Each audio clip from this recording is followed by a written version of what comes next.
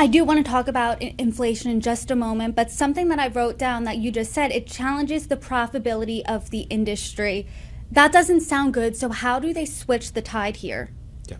So there are a couple of ways that the industry is working to adjust to this environment.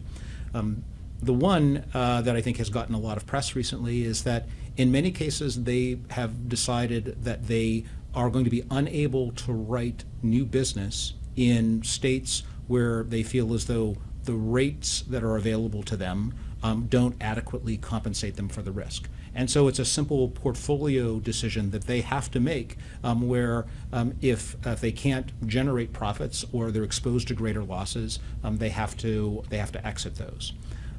The other thing that they're doing is I think they're working with the regulators, with the state governments, to help them understand the increased risks that they're facing from inflation and from weather.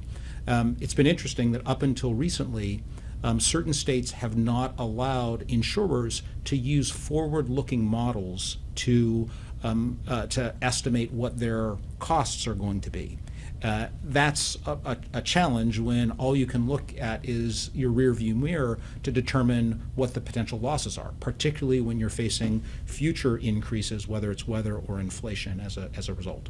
The second, the other area that I think they're using to address these is more analytics and more technology to try to operate at a lower cost and automate more functions so that they can be more efficient in serving the policyholders that are their clients.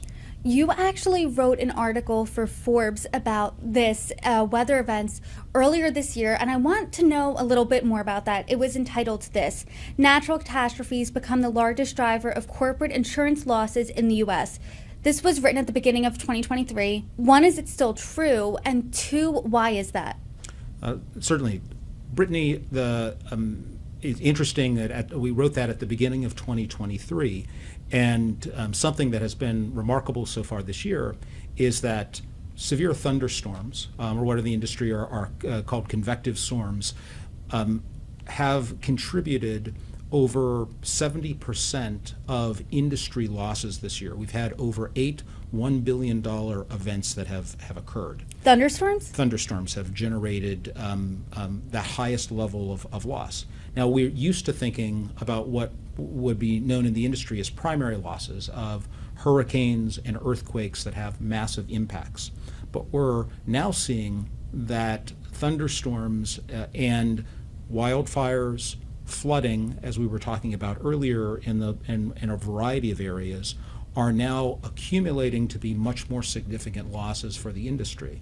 Now, we certainly believe that is a function of that increased exposure, the inflationary impact, but we also believe that the observational data corroborates the scientific data around climate impacts, where a warming environment, particularly warming sea levels and higher levels of overall higher levels of sea levels, are contributing to both more frequent storms and more severe storms that are affecting and challenging cities' ability to absorb that amount of rainfall and wind levels within the United States and more globally.